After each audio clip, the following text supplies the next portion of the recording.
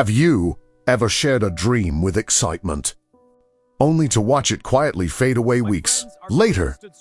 In the beginning, it feels powerful to speak your plans out loud. Friends smile. They praise your ambition. For a moment, it feels like success has already arrived. But then something strange happens. The energy to actually work begins to disappear. The dream that once burned brightly starts to cool. Few people realize this truth. Some dreams don't die from failure. They die from too much noise. This is the story of a man who learned that silence is not emptiness. Silence is protection. Simon was known throughout his village as a man of big promises. Every few months, he announced a new plan. He would build a business. He would travel. He would create something extraordinary. Each time, people gathered around him, impressed by his confidence. They clapped his shoulder and praised his ambition, and Simon felt proud. But after the applause faded, the work felt heavier. Days passed, then weeks. His projects quietly disappeared, replaced by another exciting announcement. Slowly, his reputation changed. People stopped expecting results. Simon had become a man rich in words and poor in action. Years slipped by in the same pattern. Each new dream brought a burst of attention, followed by silence and abandonment. Simon began to feel the weight of his own disappointment. At night, he replayed his promises in his mind, wondering why his motivation vanished so quickly.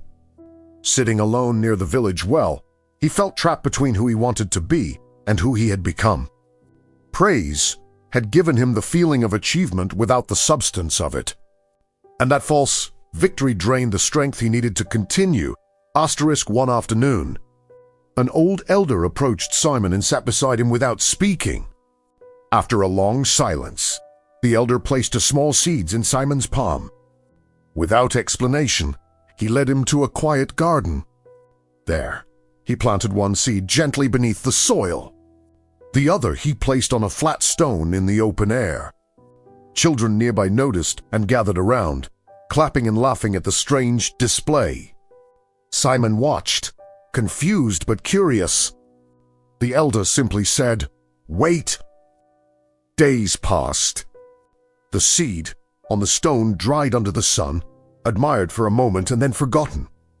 But beneath the soil, hidden from view, the other seed began to change. When a small green shoot finally emerged, it was alive with quiet strength. The elder pointed to the fragile plant and then to the lifeless seed on the rock. In that simple contrast, Simon saw his own life reflected back at him. The elder spoke softly. A seed exposed to early spends its energy surviving attention instead of growing roots. Dreams are the same.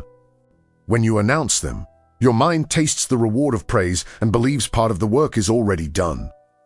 The hunger to act weakens. Silence, on the other hand, protects the fragile beginnings of effort. It allows roots to form in private. Simon felt the truth settle deeply inside him. His dreams had not failed from lack of talent.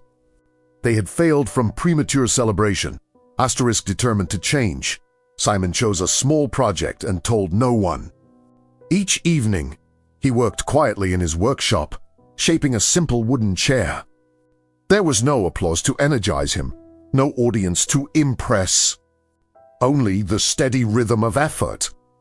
Some nights were frustrating. Mistakes forced him to start again. Without the pressure, he kept going. For the first time, his motivation came from progress itself. Weeks later, the chair was finished. It wasn't perfect, but it was real. A neighbor discovered it by accident and admired the craftsmanship. Simon felt a new kind of pride, calm, grounded, and earned. This satisfaction was different from applause. It was heavier, deeper. It came from completion, and it fueled his desire To build more, Simon continued working in silence. Project after project, his skills improved.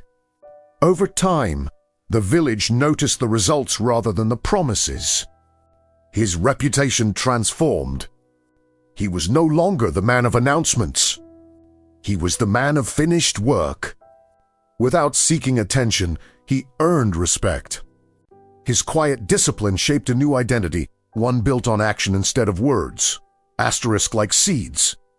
Dreams need darkness before they can reach the light. When you protect your goals from unnecessary attention, you give them space to grow strong roots. Not every plan needs an audience. Some ambitions are safest in silence, nurtured by steady effort. If you carry a dream inside you, guard it carefully. Work on it quietly. Let your results speak when the time is right, because in the end, the strongest dreams are not the ones announced loudly. They are the ones grown patiently in silence.